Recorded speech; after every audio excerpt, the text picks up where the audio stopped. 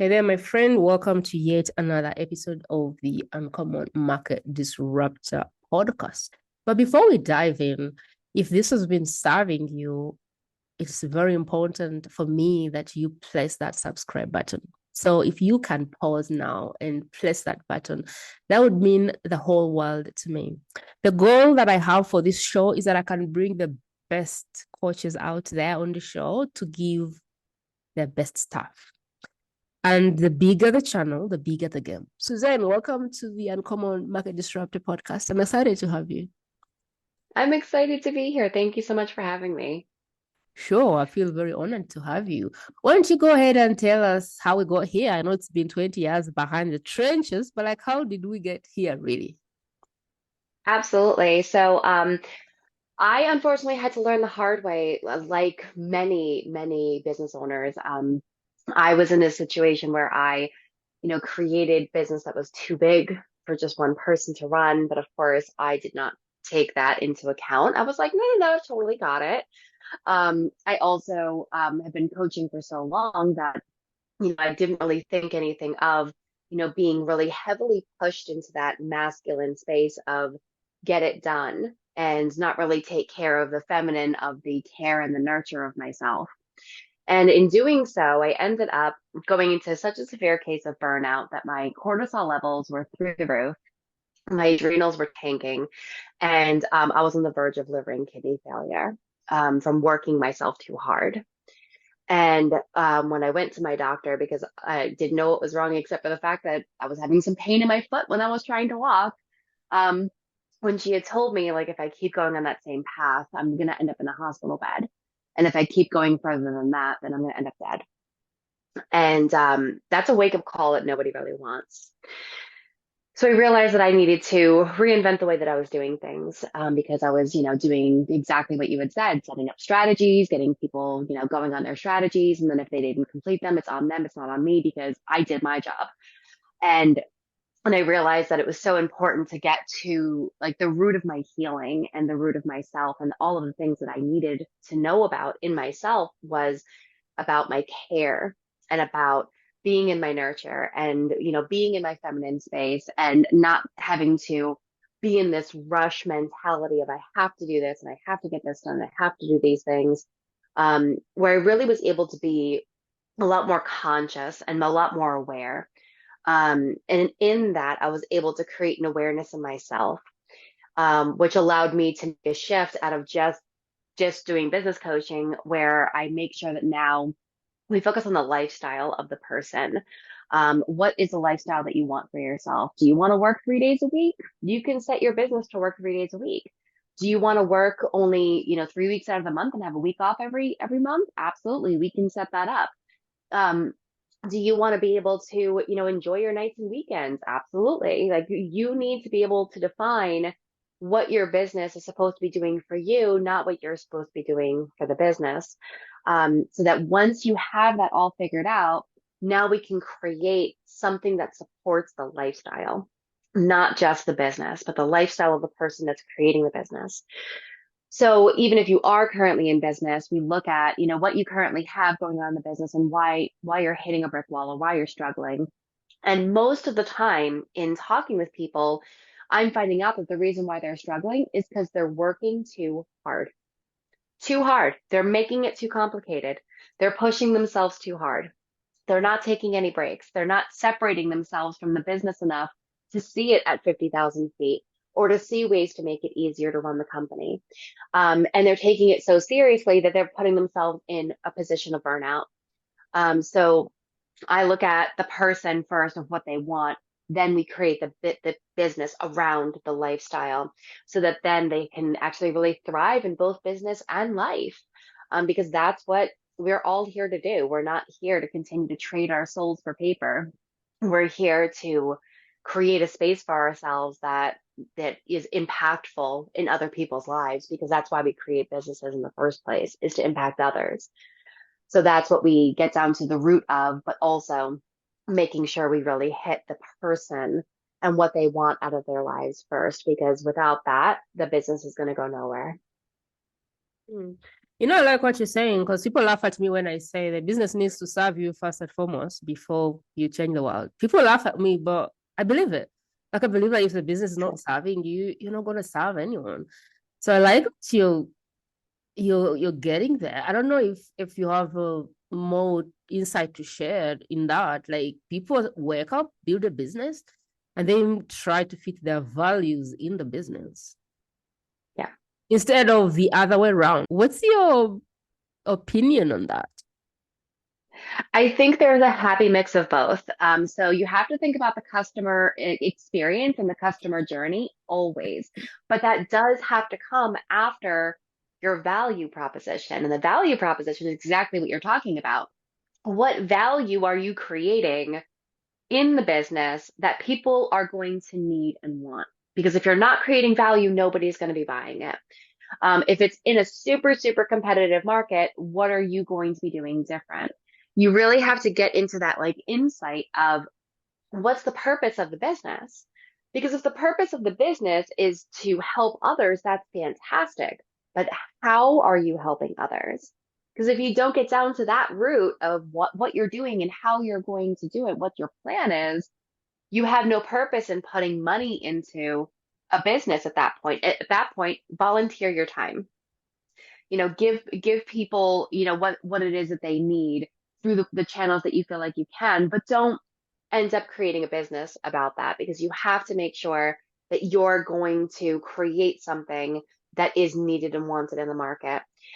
So it does take some time. You can't just wake up one day and say, I decided I just want to open a business. It does take time. It takes thought. It takes action. It takes research. It takes knowledge. It takes a number of different things to start a business. Otherwise, all you're doing is you're creating a really expensive hobby for yourself. I can't even tell you how many times I've talked to business owners that they've been in business for 5 and 10 years and they don't even know what their cost is. They have no idea how much it's costing them to run their business. And I'm like, how how do you know when you're making money? Like, you don't know when you're making money if you don't know how much the business is costing you. Mm. And for a lot of people, their cost outweighs their income. And they're like, oh my God, I didn't even realize that. I was like, right. So how are you even making this work? Well, I've been, taking money from my pension. I've been taking money from my 401k. I've been taking money from my savings. It's like, but how long can you do that before you can't do that anymore? So you need to look at ways to be able to make sure that you're hitting the right profits. It can't just all be passion and it can't all just be logistics, but it has to be like a matchup of both. I love I love that answer, and I would love to dig into the passion, the money making, and all these concepts of business. Because sometimes people are in business to make money, and it's not even funny. Yeah, They're not interested in serving. I just don't think it's funny. Some people are too passionate. They are like the next Mother Teresa. What's your 2 cents on that? Balancing the money and the passion and the service. What's your 2 cents on that? absolutely. So you have to have a balance of both. You have to understand that, money is the outcome. Money is that. It's just that. It's the outcome of the service that you're providing. So the money is the outcome of your passion. If you look at it in any other sense, like, oh, money's going to keep us going. I need money to be able to keep the lights on. I need money to do this. I need money to do that.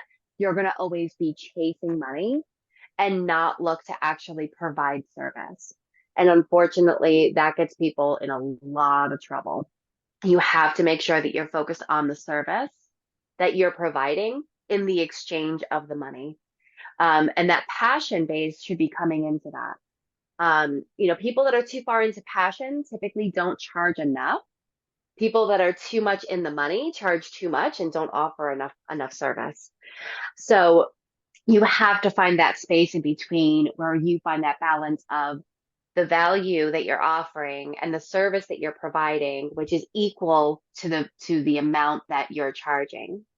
So that when you're kind of creating that model and you're putting it out there to people, it's kind of a no-brainer to work with you at that point. Otherwise, you're creating a position of you're asking people for money and you're doing nothing to be able to accommodate them and the services. Um, I've talked to a lot of clients, and unfortunately, I've heard I was in a year-long coaching program, and that year-long coaching program cost me, $30,000, and I'm no closer to having a successful business than I was. And that's devastating to me. I hate hearing that crap, but unfortunately it's out there. Um, or I just invested in this course, and it's going to teach me this one thing and it's going to cost me $10,000. And I'm like, that's disgusting. Like, no one should ever be charging prices that are so ridiculous for something that could be so simple. When they're talking about, oh, well, I'm going to be learning about really defining down my message, and I'm like, fantastic. So is that like in a virtual retreat? Is that in like a free workshop? Like what is that in? And they're like, oh, no, it's in this course that I invested, $5,000 into. And I'm like, and they're only working on messaging? What is, no, like messaging is so important. Yes, but if you don't have the right infrastructure and you don't have the right foundation in your company, you don't have the right contracts, you don't have the right systems, you don't have ways to be able to support your clients when you have them. If you don't have those things, your message does not matter, because if clients come to you, you have no way to serve them. You have to have something that's really well rounded, and that all has to make sense. It all has to show up in create the foundation of the business first before you go into going out there and talking to people about what it is that you do. But people are so quick to jump to, oh, this is what I do. I want to help you. I want to serve you. And then they have no way of being able to support that. So you have to find that balance in between of saying, okay, this needs to be structured correctly. I need to make sure that I'm creating a model that makes sense for me and makes sense for my lifestyle. Like if you don't want to spend too much time working on your business, no problem. There's automation for that, right? Automation can do so much work for you, right? There's assistants that you can hire that will help you with that process. But it comes down to the fact is you've got to make sure you're still creating that space, that structure, and that value for your clients when they come in. Because if you don't do that, people are going to be asking for their money. They're going to be like, you didn't give me what I was signing up for, and I need something back. I need something back from this. And that's going to shut you down at the end of the day. Short the quality of your answers, if it makes sense. Does that? Absolutely. Yeah. My next question for you, Suzette, is how important is it for the human being to be up to speed for the business to work? I feel like there's not enough education about the readiness of the person on the other side to this equation. Absolutely. It is the most important thing, to have the right mindset and to be prepared. Because the biggest energy that ever leaves our body is authority. Mm. So if you can't speak from authority, like you don't feel it with your whole heart, with your whole chest, and you can't speak it in that type of a way, no one is ever stepping forward to work with you. You need to have a mindset of preparation. You need to have the mindset of, I'm ready for this. I hear a lot of times business is hard. Business can be hard when you are not prepared to run a business. Um, Especially in the coaching space, people think coaching is so easy because all you have to do is, sign people up and have conversations with them, and that's it. And that is a bold-faced lie.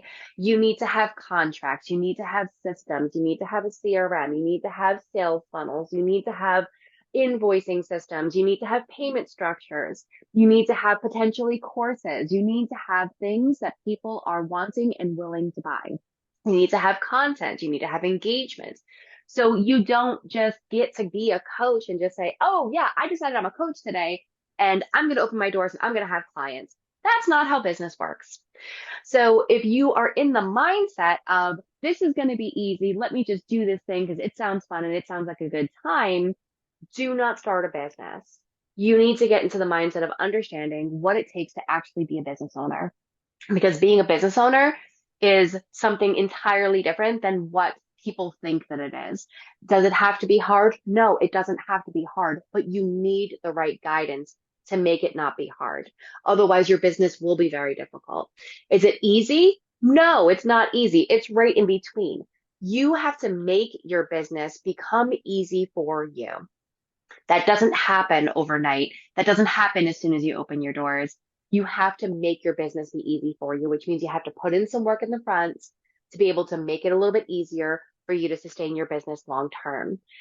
So if your mindset is not in that place where you're not in that preparation, or you're thinking, oh, it's just going to be super easy, people are just going to show up, or you're not in your authority, you're never going to be able to succeed. The mindset is everything. You're going to stand in your own way every single time. You're going to hit your imposter syndrome. You're not going to be able to take your steps forward the way that you need to as a successful business owner if you're constantly questioning yourself. What do you have to say about old patterns, beliefs, trauma, all of the things that hold people back? Our past, are the things that have happened in our lives, are things that will absolutely give us moment to pause and look and feel that imposter syndrome creeping in. Things that have happened to us or happened by us in our lives are things that are always going to trigger certain aspects in us. So healing that aspect is incredibly important. And that's the reason why I collaborate with a lot of people. So if somebody needs help in, shadow work, or somebody needs help in working with their inner child, or somebody needs help in, healing their gut because, they're feeling physically sick all the time. I make sure that I collaborate with some amazing, amazing individuals to make sure that if somebody needs something more than I provide, I can say, hey, you know what, you need to talk to this person. They're going to help you with this issue while I'm helping you with this issue. Because really, at the end of the day, even if somebody's not ready for me, I'm more than happy to just send a referral over and say, hey, you know what, talk to this person. You're not ready for me yet. Go talk to this person and work on healing these aspects first. Otherwise, you're not going to be able to move forward because you're going to constantly second guess and question yourself. You don't feel worthy. You don't feel your value, and you need to get to that place where you can feel worthy and you can feel your value and not question it before I can help you with anything that you want here. But once they do that and they come back to me, they're in such a great place because now they're ready to move forward. They're like, I feel it. I know what I bring. I know the value that I offer. And from there, I'm like, okay, great. Now let's build your dream life. So from there, we talk about everything they want out of this dream life that they want out of everything, right? So they want to travel, they want, the house with the white picket fence. They want to be able to focus on their relationships more. They want to be able to impact more. We take all of those aspects and we figure out how we can incorporate that into their passion-based business. So that we can now have a really strong passion-based business that has that happy connection of money coming in the way that it needs to, structure to be able to handle all of the support, and then, the actual support that's being offered to the clientele and the client journey and what the expectations are there as well. But it definitely has to be in that process. Healing always has to start first. The person we're speaking to is a best kept secret. They have amazing work no one knows about. And they're wondering, how do I break this? How do I break through the wall and take my work out there? How do I get known by the right people? This is who is on the other side of the equation. In your opinion, what are entrepreneurs doing wrong? What are coaches doing wrong? Most people are in the process of the mind of being in competition with everybody. That's what they're doing wrong. You're not in competition with anybody. You are unique. You're designed to be unique. You are a special individual, and the things that you bring to the table, nobody else can bring. So you have to switch your mindset from competition to collaboration. Start collaborating with people. Start having conversations, because then you will no longer be the best kept secret. Because once one person knows about you, they start talking, and then the next person will start talking, and so on and so forth. I love that answer. You talk about defining success and what it means to the person. Could you give us a minute of that? I feel like it's a very good concept. Absolutely. Success is individualized. Um, every person has a different version of what success looks like for them. So if you think success has dollar signs associated with it, then for you, success has dollar signs associated with it. But for somebody else, success could have a feeling or an emotion tied to it. So don't ever try to live up to other people's standards of success. You have to define what your standard of success actually looks like. I've been struggling a lot with tapping into the spirituality part of me, which is beyond the 3D. And I keep sharing this because I want people to know that I'm struggling with that because I am a facts, figures, numbers, proof, systems, get it done. That's kind of my head. And for me to Mhm. tap a little bit of the woo world is so far-fetched for me that I struggle with it. Yet at some point, I need to tap into that to kind of unlock everything that I have. What is the one thing you're struggling with? The one thing that I struggle with is knowing when to stop giving. I Hmm. do have a very difficult time with that when like when I really started tapping into my spirituality and really started tapping into my intuitive self.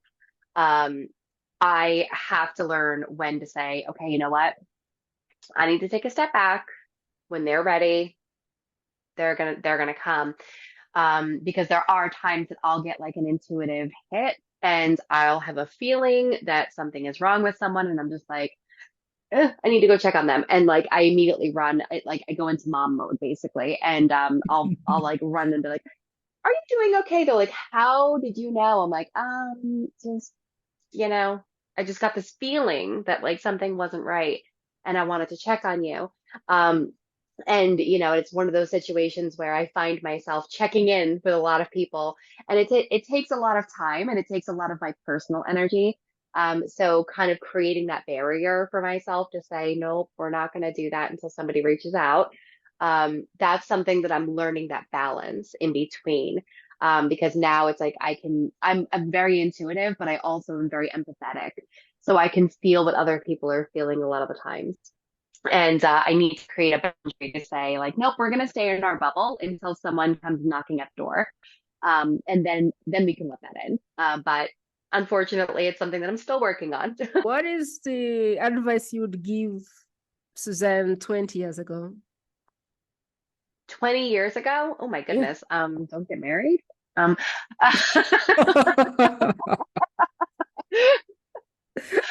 oh goodness, no. So, um, 20 years ago would probably be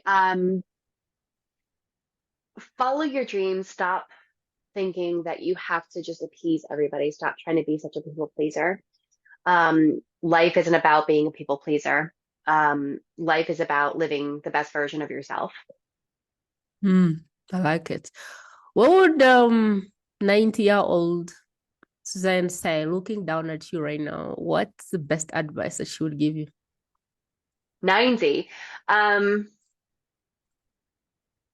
just enjoy more. Enjoy more.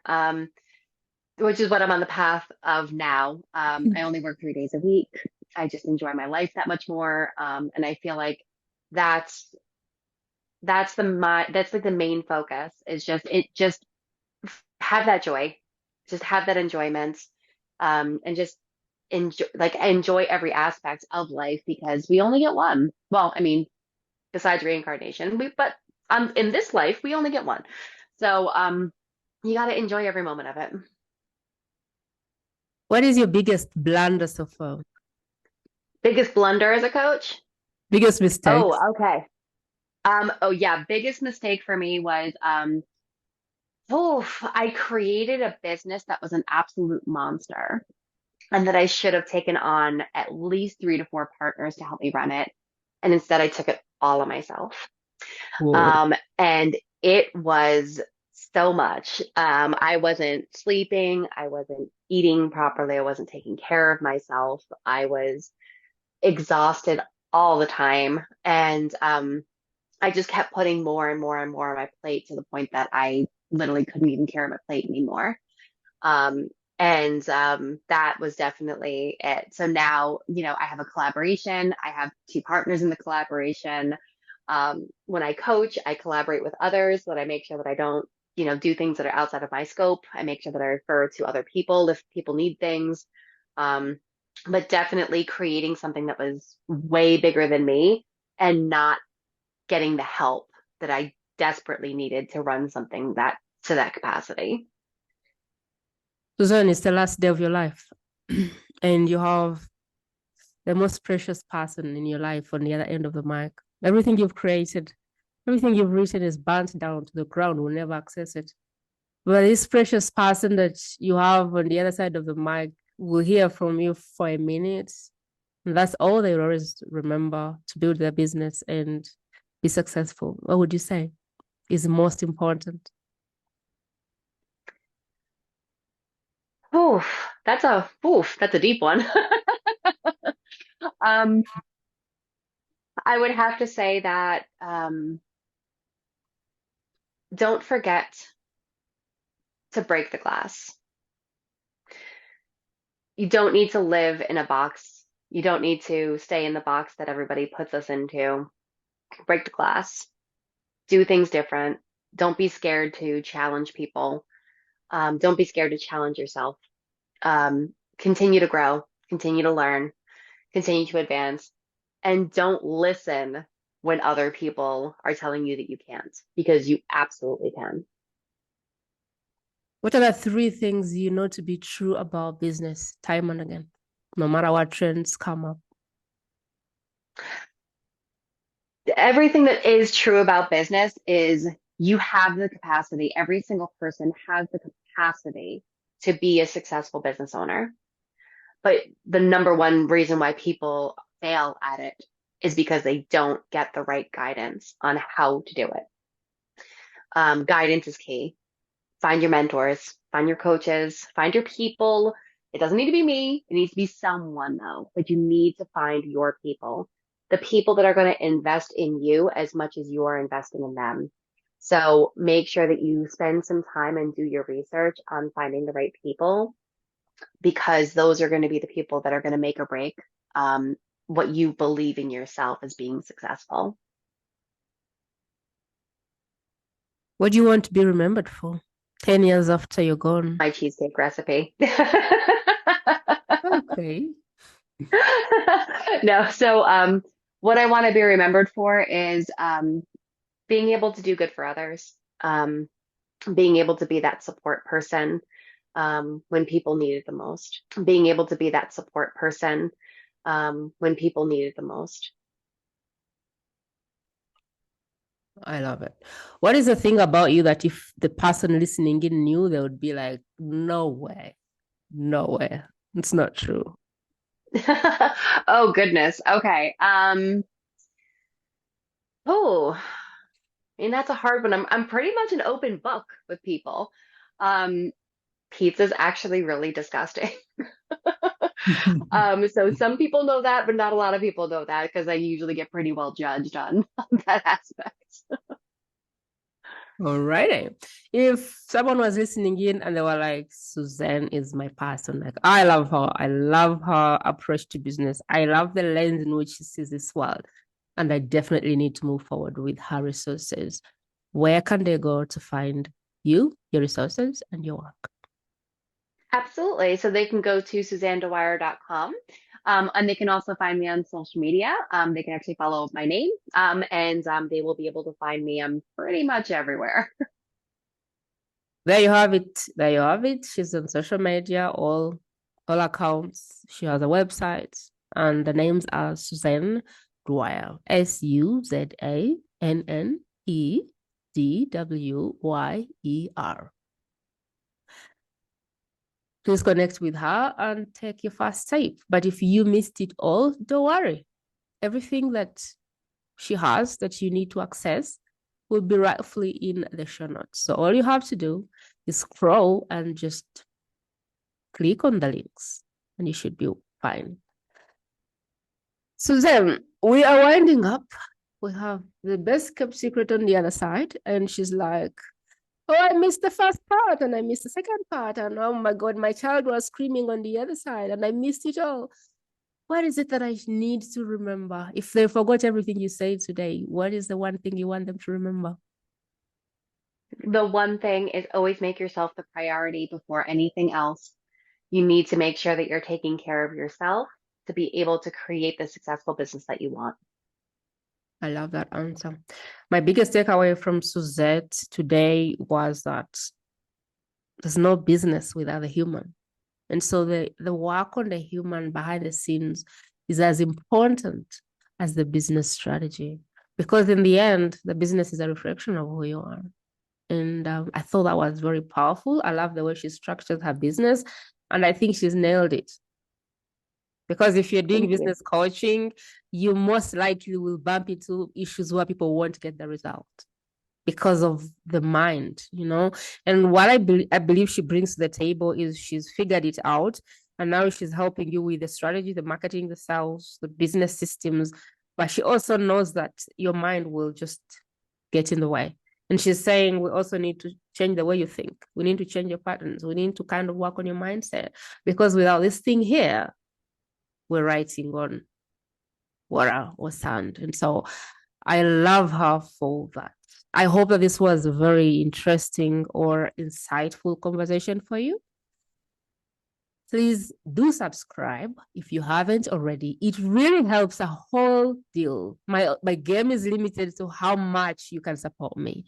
And so if you subscribe, I know that the channel will grow. And when the channel grows, the speakers grow. And so I can get better speakers every day if the channel is growing. So it will do me a big, big favor if you subscribe. And I will feel very honored if you share this episode with just one person that needs to meet Suzanne. You could have been on a million podcasts today. You chose this one. I don't take you for granted. I appreciate your attention, and I hope that we've made it worthwhile.